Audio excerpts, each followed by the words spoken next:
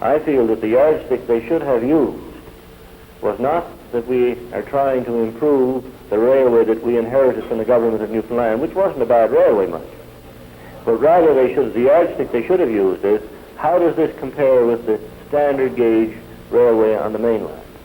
If they had used that yardstick, then in my opinion, we would have had a much better service, but they didn't do this, and to me, this appears to be a rather deliberate policy of allowing our services to decline, and that's the real reason why there's been a decline in the traveling public.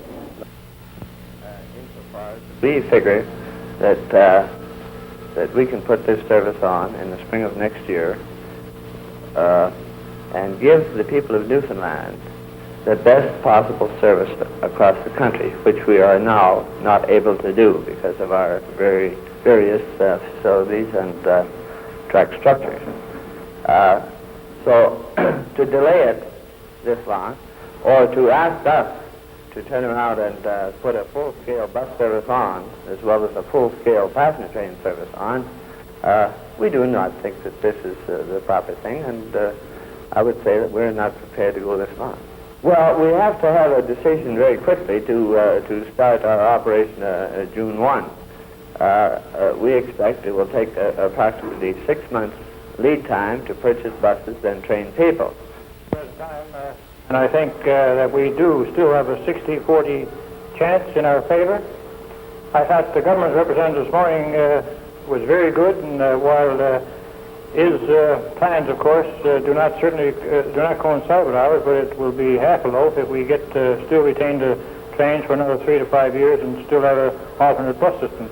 But it will certainly show how wrong the CNR will be in trying to put a bus service that can maintain a schedule across this province. Well, if his interpretation of users, of course, will be considered members of the general public, I think that they are here, because the government is here, and they represent all of the province, and all of the province uses the Canadian National to some extent. Town councils are represented here, the trade unions are represented here, and we use the Canadian National, and our families do, and our friends. I think Mr. Pry is way off key when he says this. The chairman of the commission gave me what might be described as a partial insurance, but I still have some reservations as to whether or not, if in a year or 2 or 3 the CN finds that it's not making money on its passenger service, whether it can be required to continue or not. I don't know just what the agency would be that would put that requirement on them. It's my opinion that if, in the event they get the permission to operate a bus service, then there should be some specific requirement over a reasonable period of years. These were some of the matters that I covered. I think that the CN has to do a lot more planning before it really has all the kinks ironed out of this proposed system. And I see no reason why the people of Newfoundland should be made the guinea pigs under this trial period, if you like. The stand of the members of Parliament from Newfoundland on this, and I was glad to reconfirm this today, is that we want to make sure, first of all, that the CN can provide not only a good trans-island service, but that the provision of that service is not going to cause problems for the various feeder services coming in from different parts of the province. My concern, for example, is with the Burin Peninsula, quite naturally, and I think that we have to see this as an integrated whole, and that we have to give a tremendous amount more thought than the CN has obviously given it to date before we can determine whether this is a wise move from Newfoundland's point of view or not. First of all, we would like more detailed information on the cost of upgrading our present railway and perhaps providing a rail liner service. That's one thing.